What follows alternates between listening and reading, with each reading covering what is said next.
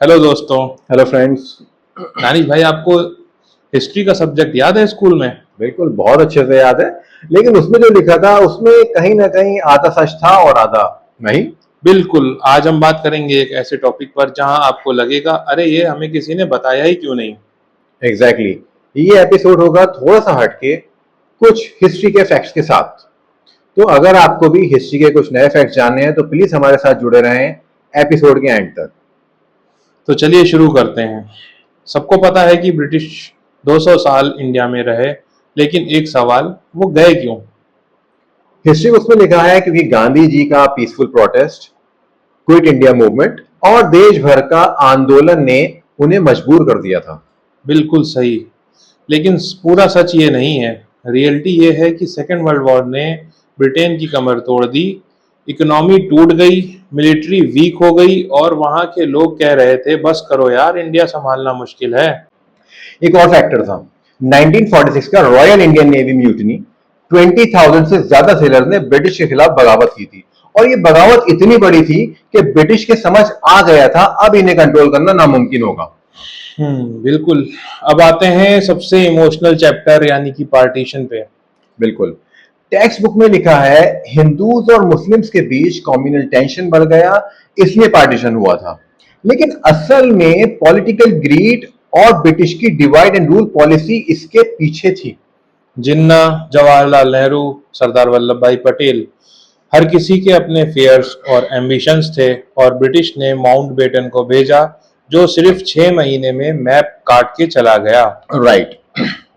Result, 1 crore से ज्यादा लोग माइग्रेट हुए, 10 लाख से ज्यादा मारे गए और दर्द जो आज तक कहानियों में लिखा हुआ। फ्रीडम स्ट्रगल का एक और हिडन पार्ट है, वो लोग जिनका नाम आपने कभी सुना ही नहीं। बिल्कुल, लाइक अलूरी सीताराम राजू, आंध्रा के ट्राइबल लीडर जिन्होंने गोरिल्ला वॉरफेयर से ब्रिटिश को हिला दिया। या नंबर 2 पर मतांगिनी हाजरा, 73 साल की उम्र में जिन्होंने तिरंगा लेके पुलिस की गोली अपने सीने पर खाई। और आज़ाद हिंद फौज और सुभाष चंद्र बोस का इम्पैक्ट भी काफ़ी बड़ा था। ब्रिटिश आर्मी के इंडियन सोल्जर्स में लॉयल्टी का क्राइसिस आया और ब्रिटिश को डर लगने लगा कि कहीं पूरी आर्मी उनके खिलाफ ना हो जाए। इंडिपेंडेंस आई, लेकिन क्या हमें आजादी का असली मतलब मिला? मुझे नहीं लगता। नई गवर्नमेंट, नई कॉन्स्टिट्यूशन, लेकिन पावर्टी, इलिटरेसी और कम्युनल वायलेंस वैसे ही रहे। ब्रिटिशर्स गए तो जरूर, लेकिन उनका सिस्टम अभी भी जिंदा रहा। बिल्कुल, एजुकेशन सिस्टम अब भी रोते रोते पढ़ा रहा है और इकोनॉमी को तो रिकवर करने में लगभग 40 से 45 साल लग गए। तो आज 2025 में हम क्या सीख सकते हैं? सबसे पहला, हिस्ट्री को सिर्फ टेक्स्ट बुक से ना पढ़ो, मल्टीपल सोर्सेज देखो। दूसरा, कम्युनल पॉलिटिक्स में ना फंसो, वरना फिर कोई ना कोई आकर हमें डिवाइड कर देगा।